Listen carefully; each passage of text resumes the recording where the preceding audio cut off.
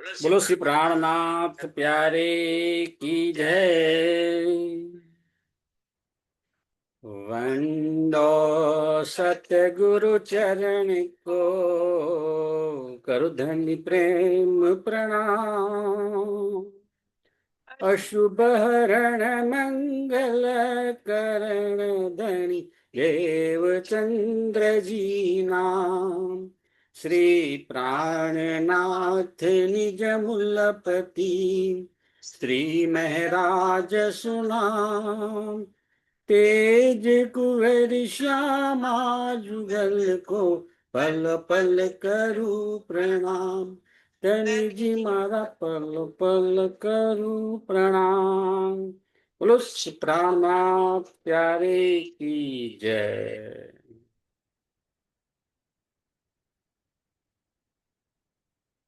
चर्चा प्रारंभ होते हैं, सुनो साथ चित दई।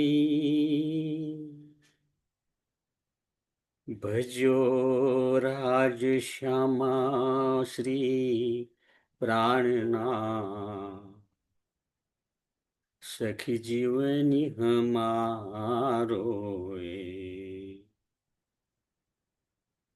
श्री महामत कहे साथ जी। भया चर्चा का वखत, अब तुम सुनियो चित दे। लागे आए बैठे इन तखत, लागे आए बैठे इन तखत। बोलो श्री प्राणनाथ प्यारे की जय।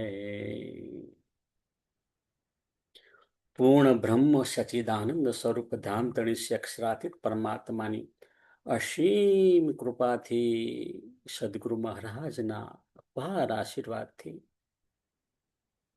આપણે દિવ્ય વિતક સાહેબ ની ચર્ચાનું રસપાન કરી રહ્યા છીએ. સુંદર સાધજી આપણને આ સંસારમાં જે મનુષ્ય તન મળ્યું છે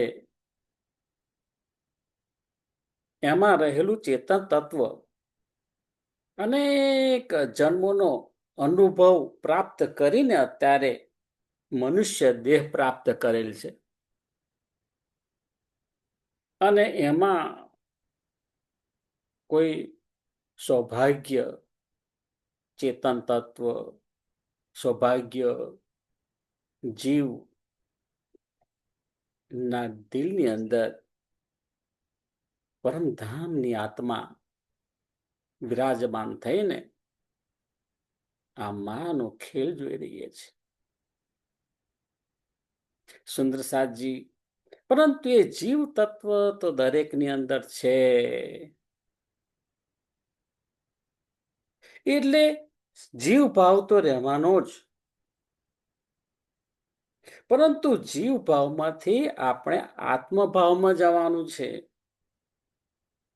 અને તે માટે સાધના કરવી પડે. કોને કરવાની છે? જીવને સાધના કરવાની છે. એ જીવ સાધના કરશે અને તે વખત તેના શરીર અને આ મન બંને એને સહકાર આપશે. વિચારો એકાગ્ર થશે, સમર્પિત ભાવના ઉત્પન્ન થશે અને ત્યારબાદ સાધના કરીને આત્મભાવની અંદર આવવું પડે. આપણે કોઈ સાધના કરતા નથી અને ફક્ત એટલું જ બોલ્યા કરીએ કે હું તો પરમધામની આત્મા છું, પરમધામની આત્મા છું, એવી વાતો કરીએ. પરંતુ શું ધર્મના પાયાના સિદ્ધાંતો ને ધારણ કર્યા છે ખરા? જો આપણે ધર્મના પાયાના સિદ્ધાંતોની અવગણના કરીએ તો એ કઈ રીતે ચાલશે? સંસારની અંદર અનિતિના કર્મો કરીને આપણે પોતાને મહાન માનીએ તો સુંદર સાહેબજી તો વાણીમાં કહ્યું છે કે વૈકુંઠ જાશે કે ધામ, વૈકુંઠ પણ નહીં જવાય, ધામ પણ નહીં જવાય. આવા ગમનના ફેરાની અંદર ફર્યા કરવું પડશે. બહુ સ્પષ્ટ શબ્દોની અંદર વિતક અને વાણીની અંદર આ સમજાવ્યું છે આપણને. જેવી રીતે ભક્તોની અંદર સિયારામ શબ્દ બોલવામાં આવે છે, રાધે શ્યામ શબ્દ બોલવામાં આવે છે, તેવી રીતે વાણીની અંદર મહામતી સ્વામી શ્રી પ્રાણનાથજી કહીએ છીએ. અહીંયા આગળ કહે છે જે મહામતી શબ્દ છે ને એ સ્વરૂપની અંદર બિરાજમાન ઇન્દ્રાવતી એની આત્મા માટે કહેવામાં આવ્યું છે. શ્રી ઇન્દ્રાવતી, મહામતી એટલે શ્રી ઇન્દ્રાવતી. શ્રી ઇન્દ્રાવતીની જે આત્મા છે એ ઇન્દ્રાવતીના ધામદિલની અંદર રાજ્ય મહારાજની આવેશ શક્તિ બિરાજમાન છે. એટલે પ્રાણના શબ્દ છે એ ઇન્દ્રાવતીના ધામદિલની અંદર બિરાજમાન શ્રી રાજ્ય મહારાજની આવેશ શક્તિ છે. એના માટે સંબોધન છે. અને એ જે આવેશ સ્વરૂપની શક્તિ છે એ લીલા કરે છે. અને એ જે લીલા કરે છે અને એમના જે સ્વરૂપમાંથી જે આભા ઉત્પન્ન થાય છે, જે દિવ્ય પ્રકાશ જે જોવા મળે છે એને જોશ કહેવામાં આવે છે.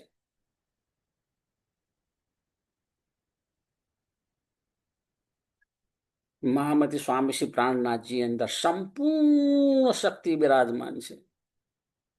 એમ એવું ના કહી શકાય કે મહામતી સ્વામી શ્રી પ્રાણનાથજીએ જ્યારે દીવની અંદરથી જાગરની શરૂઆત કરી, પછી સુરત ગયા, પછી ઉદયપુર ગયા, હરિદ્વાર ગયા, તો અલગ અલગ જગ્યાએ એમની અંદર જે આવેશ શક્તિની તીવ્રતા વધઘટ હતી એવું ન કહેવાય. આવેશ શક્તિ છે, સંપૂર્ણ શક્તિ બિરાજમાન છે. હા, જે તે સમયે હુકમ પ્રમાણે એમણે લીલા કરી છે એ ચોક્કસ છે. પરંતુ એમની અંદર રાજ્ય મહારાજની આવેશ શક્તિ પહેલા પણ 100% હતી, હરિદ્વારની અંદર પણ 100%, અનુપ શહેરની અંદર લીલા કરી ત્યારે પણ 100%, અને પછી તો કહીએ કે શ્રી 5 પદ્માવતીપુરી ધામની અંદર જે લીલા થઈ એમાં પણ સંપૂર્ણ શક્તિ સાથે લીલા થઈ છે. સુંદર સાજી. હવે વિતકની અંદર આવે છે કે શ્રીજી અને સુંદર સાથ ઉદયપુરથી મંદસોર ગયા છે. હવે ઉદયપુરની ઘટના વિશે આપણે અગાઉ જોઈ ગયા. ઉદયપુરના રાણાએ વિનંતી કરી કે શ્રીજી આપ અને આપના જે સુંદર સાથ છે થોડા સમય માટે અન્ય સ્થાને જાઓ, કારણ કે ઔરંગઝેબ બાદશાહ ની સેના મારી ઉપર ચઢાઈ કરવાની છે. એનું સૈન્ય બળ ઘણું જ મોટું છે, મારું સૈન્ય બળ ઘણું જ નાનું છે. તેમ છતાં હું એના શરણમાં ગયો નથી, યુદ્ધ કરીશ. એમણે ક્યારે ધર્મ નથી બદલ્યો રાણાએ, પરંતુ તેની સાથે સાથે એ પણ વિચારે છે કે મારા રાજ્યની અંદર કોઈ સાધુ મહાત્મા દુઃખી થાય એ મારાથી સહન ન થાય. શ્રીજી મહારાજ કહે છે કે તમે ચિંતા ના કરો, એક વાર એના જે સેનાપતિને આવવા દો, એ બાદશાહને આવવા દો, મારી સાથે વાર્તાલાપ કરો, મારી સાથે મુલાકાત કરાવો. પરંતુ અહીં આગળ જે રાણા છે એને શ્રીજીની ઓળખ નથી, એટલે એ પરિસ્થિતિ ના પાડે છે કે ના, વિકટ પરિસ્થિતિ થાય એવું હું ઈચ્છતો નથી, એટલે આપ કોઈ અન્ય સ્થાને જાઓ. એટલે શ્રીજી અને સુંદર સાથ ઉદયપુરથી મંદસોર આવે છે.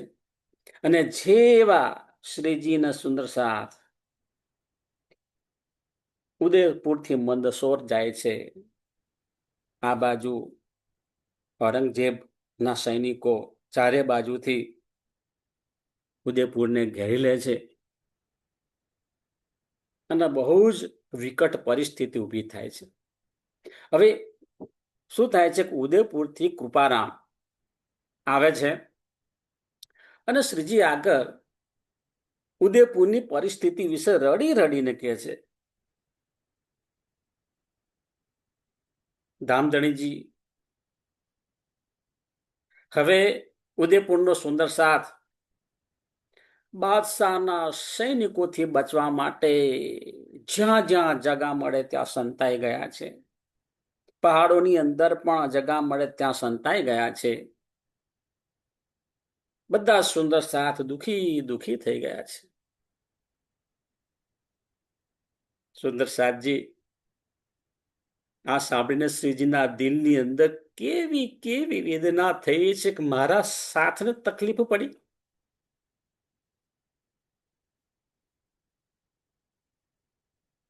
અગાઉ ક્યારેય શ્રીજીને મૂળ મિલાવવામાં શ્રી રાજજી મહારાજનું ધ્યાન કરી અને કોઈ વિનંતી કરી નથી, અને પોતાના માટે તો ક્યારેય કરી નથી. જે તે પરિસ્થિતિનો સીધે સીધો સામનો કર્યો છે. પરંતુ હવે પોતાના લાડલા સુંદર સાથ ની રજૂઆત આવી છે, એમની અરજી આવી છે, તો આજે હૃદયના ટુકડા એવા લાડલા સુંદર સાથ માટે શ્રીજી મહારાજ મૂલ મિલાવવામાં શ્રી રાજજી મહારાજની આવેશ શક્તિ નું ધ્યાન ધરીને એમને વિનંતી કરે છે. અને એ જે મૂળ સ્વરૂપના આદેશથી કિરંતનના 5 પ્રકરણ અવતરિત થાય છે, એ 5 પ્રકરણ જે અવતરિત થયા તેની સાથે સાથે સુંદર સાથની ઉપર કૃપા થઈ છે. શાંતિનું વાતાવરણ ઊભું થયું છે. શ્રી ઇન્દ્રાવતી કહે છે કે મારી બુદ્ધિથી આ વાણી આવી નથી, ધનીજીની કૃપાથી, ધનીજીના આવેશ શક્તિથી આ વાણી અવતરિત થઈ છે. આ કિરંતનના 5 પ્રકરણ અને એની ભૂમિકાઓનું એક 6ઠું પ્રકરણ, એમ કુલ 6 પ્રકરણ અવતરિત થયા છે. આ 6 પ્રકરણનો પાઠ કરવાથી સુંદર સાથજીને અલૌકિક અને લૌકિક બંને લાભ મળે છે. સુંદર સાથજી ખૂબ જ ભાવપૂર્વક, ખૂબ જ શ્રદ્ધાથી આપણે આ 6 પ્રકરણ છે એનો પાઠ કરવાનો છે. શું માગવું એ તમારી મરજી છે, તમે જે માગશો એ મળશે.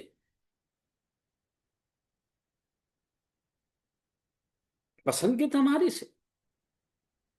અને જ્યારે આપણને આવી તક મળે છે તો શા માટે અલૌકિક વસ્તુ ના માગવી? હે, આપણા જીવનની અંદર 2 બાબતો છે, આવશ્યક અને અનાવશ્યક. એક આવશ્યક છે, ખૂબ આવશ્યક, અને કેટલીક બાબતો એવી છે કે અનાવશ્યક છે, આવશ્યક નથી. હોય તો શું, ના હોય તો શું. બરાબર. હવે એ વાતને સમજીએ તો સંસારની અંદર જે કઈ ભૌતિક સંપત્તિ છે એ આપણા જીવન નિર્વાહ માટે જેટલી જરૂર છે એટલી ધણીજી આપી છે. હોય તો શું, ના હોય તો શું. પરંતુ આપણને સ્વસ્થ શરીર આપ્યું છે, વિવેક બુદ્ધિ આપી છે અને જીવ ભાવમાંથી આત્મભાવમાં જવા માટેનો સુંદર અવસર આપ્યો છે. તો એ પ્રાર્થના કરીએ કે વાલાજી, હું હંમેશા આપણા ચરણોમાં સમર્પિત રહું. હે ધનીજી, મને આપના ક્યારે દીદાર થશે?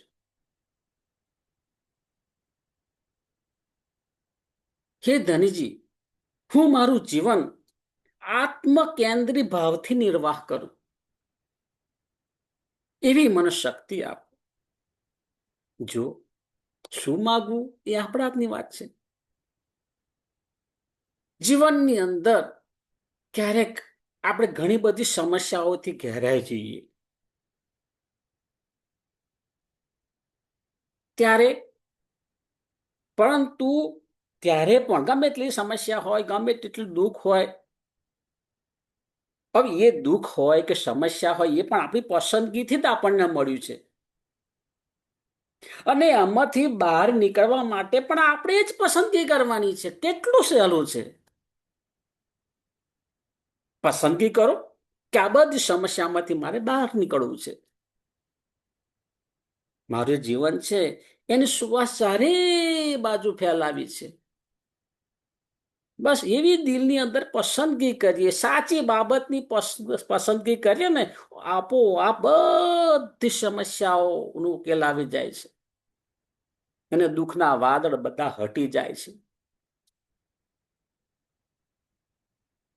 અને ચારેય બાજુ આનંદ ઉલ્લાસના વાદળો ઘેરાયેલા જોવા મળે. આનંદ ઉલ્લાસનો વરસાદ આપણને અનુભવાય. સુંદર સાજી, પસંદગી આપણી છે. આપણા જીવનમાં આપણે જે કઈ પડકારોનો સામનો કરવામાં આવે છે, તો એવું સમજવું કે ધણીજીની કૃપાથી પડકારો આવ્યા છે અને એ પડકારોમાં ખરેખર આપણું ઘડતર થતું હોય છે. કારણ કે આ સંસારની અંદર જીવન જીવવા માટે તમે કાચા પોચા થઈને જીવન જીવશો, બરાબર? ભોળા ભોળા માણસ થઈ અને તમે જીવન જીવશો, ના ભાઈ, સમજો, આ સંસારને સમજવાનું છે. કોઈના માટે આપણે રાગ દ્વેષ રાખવાનું નથી, પણ સંસારને તો સમજવો પડશે ને. સંસારને સમજીને સંસારમાં જીવન જીવવાનું છે. તો જ તમે તમારું જીવનનું ધ્યેય છે ને સિદ્ધ કરી શકશો. પોતાના માટે, પરિવાર માટે, સમાજ માટે અને રાષ્ટ્ર માટે તમે કંઈક કરીને જશો. સુંદર સાજી, સુંદર સાજી, જ્યારે જ્યારે આપણે આ વિરહના પ્રકરણનો પાઠ કરીએ ને, ત્યારે આપણી અંદર વિરહ ઉત્પન્ન થવો જોઈએ. સુંદર સાજી, વ્રત લીલામાં આપણને યાદ છે 11 વર્ષના 52 દિવસની લીલા થઈ. એમાં 52 દિવસનો આપણને વિરહ પ્રાપ્ત થયો હતો, પરંતુ પહેચાન ન હતી, પૂર્ણ પહેચાન ન હતી, તેથી વિરહ સહન કરી લીધો. અને ત્યારબાદ યોગ માયાના બ્રહ્માંડમાં નિત્ય વૃંદાવનની અંદર જે મહારાસ લીલા થઈ, તે વખતે પણ રાજી મહારાજજી કૃષ્ણજીના સ્વરૂપમાં હતા, તે અદ્રશ્ય થઈ જાય છે અને આપણને કેટલો બધો વિરહ થયો હતો, અસહ્ય વિરહ. અને તે વખતે આપણે અર્ધ જાગૃત અવસ્થામાં હતા. હવે સુંદર સાજી, આપણે આ જાગની લીલાના ત્રીજા બ્રહ્માંડની અંદર આ દુઃખરૂપી માયાનો ખેલ જોવા માટે આપણે આવ્યા છીએ અને આપણે હવે પૂર્ણ જાગૃતિનો દાવો કરીએ છીએ. કેમ? તારતમવાણી આપણને મળી છે, શ્રી વિતક સાહેબ આપણને મળ્યું છે અને એનાથી આપણે જાગૃત થઈ ગયા છે. પરંતુ જાગૃત થયા હોવાનો દાવો કરીએ છીએ, પરંતુ આપણને આપણા અંતઃકરણની અંદર ધણીજી માટે જો વિરહ થતો ન હોય તો એ કઈ રીતે ચાલે?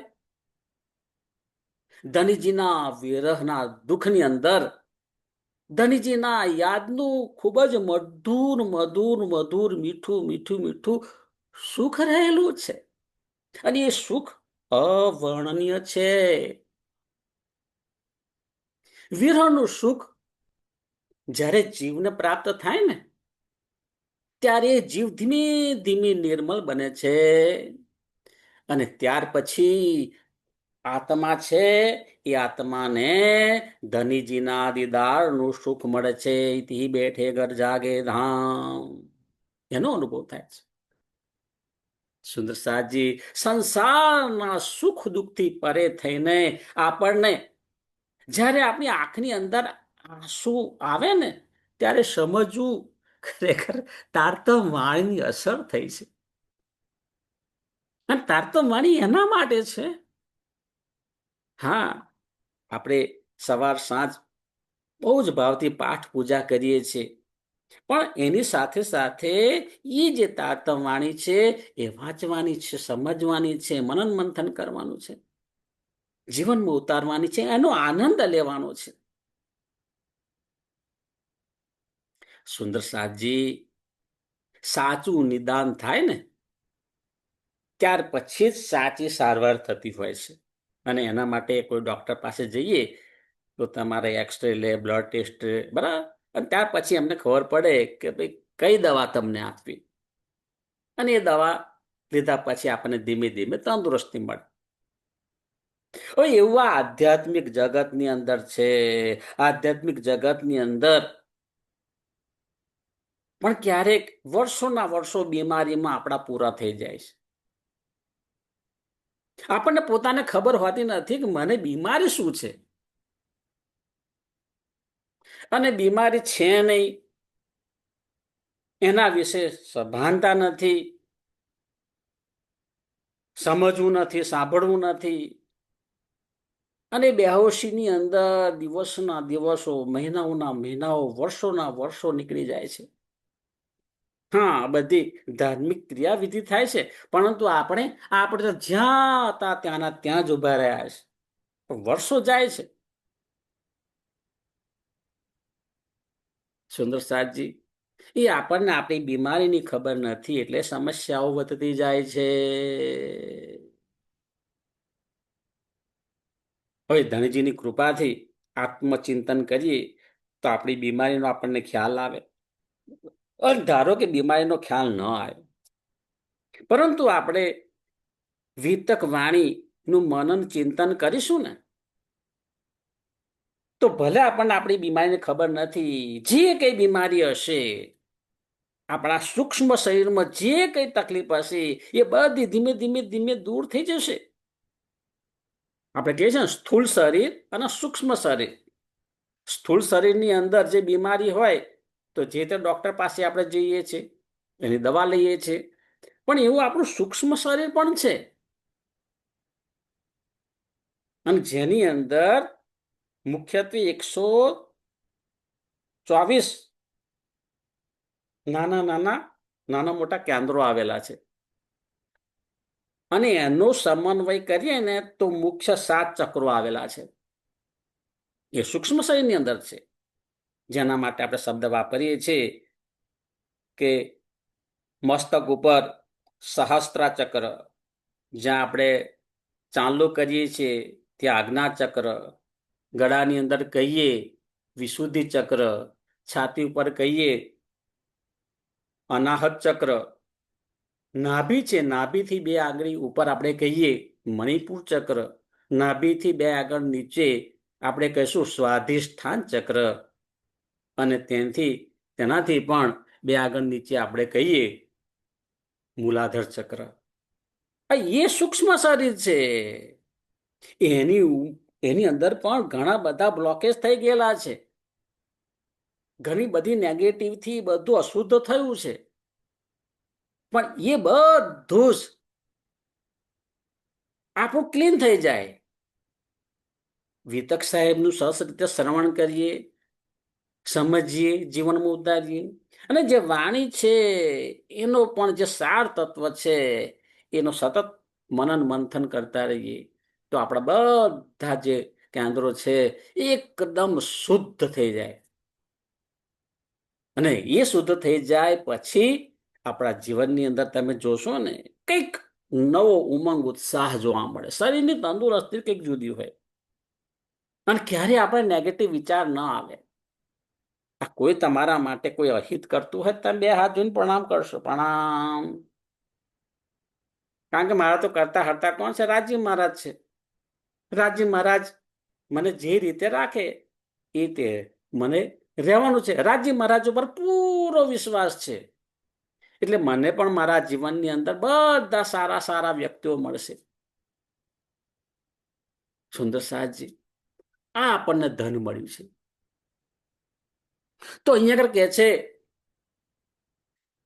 કે બ્રહ્મવાણીનું મનન ચિંતન કરીશું તો જે તે બીમારીની ભલે આપણને ખબર નથી પરંતુ તે ધીમે ધીમે અદ્રશ્ય થઈ જશે. સુંદર સાહેબજી, આ સંસારમાં આયા છે. સંસારની માયાનું ઝેર આપણા અંગે અંગમાં પ્રસરી ચૂક્યું છે. પરંતુ તકલીફ શું થઈ છે કે હવે આપણને આ ઝેર સાથે રહેવાનું ગમી ગયું છે. હા, ઝેર સાથે આપણે એડજસ્ટ કરી લીધું. મારું કામ થાય તારું કામ થાય એમને. એમાંથી બહાર નીકળો? ના ના ભાઈ, બહાર નીકળવાની ક્યાં વાત કરો છો? બહાર નીકળવું નથી. આ જે પરિસ્થિતિ છે ને એમાં મજા આવી ગઈ. ચલો બરાબર. અને મારા સંપર્કમાં જે આવશે એમને પણ હું આવા કરી દઈશ. મારું બેહુસીમત જીવન પસાર થઈ રહ્યું છે, મારા સંપર્કમાં જે આવે એમને પણ બેહુસીમત જીવન પસાર કરતા કરી દેશે. સુંદર સાચી, આવું આપણું જીવન થઈ ગયું છે. અહીંયા આગળ શ્રી ઇન્દ્રાવતી વારંવાર વિનંતી કરે છે કે હે પ્રિયતમ પરમાત્મા, હે ધામધણીજી, આપની કૃપાથી આ તારતમ વાણી આ જગતની અંદર આવી છે અને આ તારતમ વાણીથી માયાનું ઝેર પૂરેપૂરું ઉતરી જાય છે. આ તારતમ વાણી વિના માયાનું ઝેર ઉતરી શકે નહીં. એવી આપણને આ વાણી મળી છે. સુંદર સાહેબજી, હવે અહીંયા આગળ શ્રીજી મંદસોરમાં આવ્યા છે. એ સમયમાં ઇબ્રાહિમ નામની એક વ્યક્તિ આવીને શ્રીજીના ચરણોમાં પ્રણામ કરે છે. હવે શ્રીજીની જે દિવ્ય ચર્ચા ચાલતી હોય છે એ ચર્ચા સાંભળી અને ઇબ્રાહિમને બહુ જ આનંદ થયો ને તો રોજ આવવા લાગ્યા. હવે એક દિવસ લાલદાસજીએ ઇબ્રાહિમને વિનંતી કરી કે ભાઈ, કુરાનના કેટલાક સિપારા છે એનું હિન્દીમાં અનુવાદ કરી આપશો. અહીં બોધ મળે છે કે જે સુંદર સાથના અવચેતન મન સુધી સેવા ભાવના પહોંચેલી છે તે ગમે તે પરિસ્થિતિમાં સેવા કરે છે ને કરે છે. અને કાર્યની સફળતામાં તેનું પૂરેપૂરું યોગદાન હોય છે ને હોય છે. આ પરિસ્થિતિ ગમે તે હોય, પરિસ્થિતિ બદલાતી રહે, પરંતુ મારી જે ભાવના છે એમાંથી એક રજ માત્ર ફેરફાર થવો જોઈએ નહીં. હા, ધનીજીની કૃપાથી અને એ બધી સફળતા આપણને મળે છે. સુંદર સાહેબજી, એટલું યાદ રાખજો, પરમધામની અંદર સેવાનો લાભ નથી. સેવાનો લાભ આપણી જાગણી લીલાના બ્રહ્માંડમાં છે. અને સાચી સેવા કરવાથી ચિતવનમાં વધુ વધુ ધ્યાન લાગે છે. ધણીજીના ચરણોમાં વધુ ને વધુ સમર્પિત ભાવ લાગે છે. હા, સેવા આપણે કરીએ છીએ એ સેવાની અંદર પણ આપણા મનની અંદર પદ પ્રતિષ્ઠા કે ધનની આપણે લાલસા રાખવાની નથી, લોલુપતા રાખવાની નથી. આપણે આપણી સેવા કરી આપણે મુક્ત રીતે જ કરવાની છે. બરાબર. એની અંદર પણ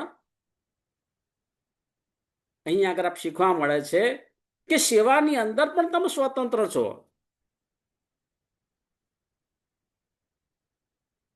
એ સાચી સેવાની વાત અહીંયા આગળ કરી છે. ગુલામીની સેવાની વાત કરી નથી. સુંદર સાજી અહીં ઇબ્રાહિમ દ્વારા કેટલીક આયતોનું હિન્દુમાં અનુવાદ થયું. તે આયતો શ્રીજીએ પણ સાંભળી. શ્રીજીને ઘણો જ આનંદ થયો. આની અંદર પણ આપણા ઘરની વાત છે. વ્રતલીલા, રાસલીલા નો ઉલ્લેખ જોવા મળે છે. એટલે આ જે કતેબ ગ્રંથ છે એના આપણે એક ન્યૂઝપેપર સમજો કે એવું ન્યૂઝપેપર આ જગતની અંદર આવ્યું છે કે જેની અંદર આપણા ઘરની વાતો પણ આવી છે. આપણા ઘરનો સંદેશો આવ્યો છે. હવે એમાં બે પ્રકારની ટીકા થઈ. શ્રીજીના હાથમાં આપ્યું. શ્રીજીએ કહ્યું કે હા, હજુ વધારે ટીકા કરો. ઇબ્રાહિમને વેતન આપવાનું પણ કહ્યું. હવે આગળ અનુવાદ કરતા કરતા ઇબ્રાહિમ કહે છે કે અહીં કોઈએ કલમ ચલાવી દીધી છે, એટલે કોઈ પ્રોપર શબ્દ વાપર્યો નથી. એ કહેવા લાગ્યા કે મહમ્મદની ઉમ્મત, એનો અર્થ એ એમ કરે છે કે સુન્ની મુસલમાનની અરજી અલ્લાહ સાંભળતા નથી. એટલે શ્રીજી ટકોર કરે છે કે એનો જે ગુઢાટ છે એ તમારે કરવાનો નથી. એ શું કહેવા માંગે છે એ મારે કહેવાનું છે. જેના દિલમાં ધામધણજીની બેઠક હશે ને તે તરત જ વાત સમજી જશે. જો આ વાત આપણે યથાર્થની ગૂઢ બાબત આપણે જો સમજી શકીએ ને તો આપણું અહોભાગ્ય છે. સુંદર સાજી સતયુગના રાજા મરુ અને દેવાપી એમણે પણ કેટલું બધું તપ કર્યું હતું, અને ઘણું બધું તપ કર્યા પછી એમનું ભાગ્ય જાગ્યું. અને ત્યારે એમના તનની અંદર ધનશ્રી દેવચંદ્રજી, સ્વામીશ્રી પ્રાણનાથજી આ જગતની અંદર લીલા કરી. આપણે પણ આપણા જીવની સાધના કરવાની છે, અને એ સાધના કરીશું તે ચેતનતા પ્રમાણે આપણને વાણીનો લાભ મળશે મળશે ને મળશે જ. કોઈ શંકાને સ્થાન નથી. ભગવાન બુદ્ધનું પ્રવચન ચાલતું હતું,